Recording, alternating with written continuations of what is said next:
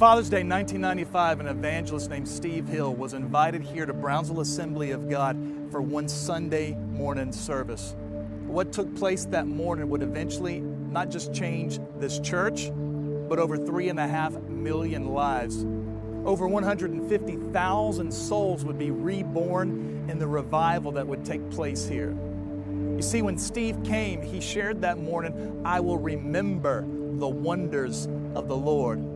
He had just gotten back from the UK, where he had received a powerful touch from Jesus. And as he was sharing about what the Lord was doing in his life, he then invited the church to come into the altar if they wanted a fresh touch from Jesus. That morning, 1,800 people were here at the church.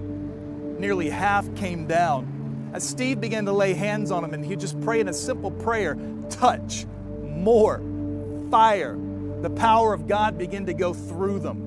Oh, many of them had radical encounters with Jesus. The senior pastor, John Kilpatrick, was observing this from the platform. Oh, he was overwhelmed with what he was seeing beginning to take place in his people. He stepped down off the stage into the altar area to assist Steve. But when he came down into the altar area, he began to notice something was happening in the church.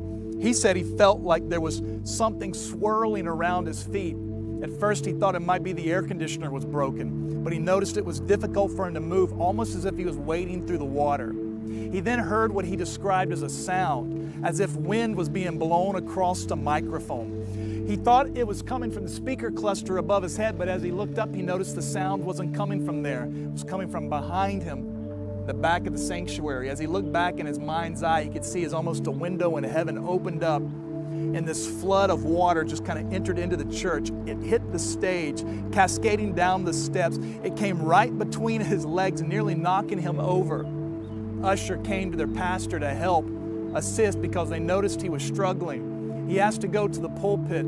He picks up the microphone. His intention is to address the people and let them know everything is okay, that what's happening is the answer to over 1.5 years worth of prayer. You see, this church had prayed for revival for 1.5 years. Oh, they could have never known that 1.5 years worth of prayer was about to be answered that morning. So the pastor took the microphone. He addressed the people by saying, "Church, this is what we've been praying for. Get in." And at that moment, at 12:01 on Father's Day 1995, as the federal headship welcomed the move of God, the glory of the Lord just descended into the sanctuary. Oh, dozens and dozens of people began to get hit by the power of God across the church. In fact, their senior pastor, John Kilpatrick, as he was coming back down the steps, was overwhelmed by the power of the Lord, and he collapsed to the stage, his head hitting the ground, where he would stay there for some time.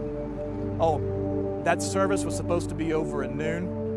But many people, they were leaving the church as the sun was coming back up the next day. They added another service and then another service, and they continued to add them. That revival lasted for 5 years. Oh, there were times that people would come and they would line up outside here at the church. Sometimes thousands at a time, arriving as early as 6 o'clock in the morning to get into a church where the doors wouldn't open up until 6 o'clock that night. They came because they were hungry for more. My friend, that was the prayer during the revival, more. And I have good news for you, that no matter where you're at with the Lord, there's more.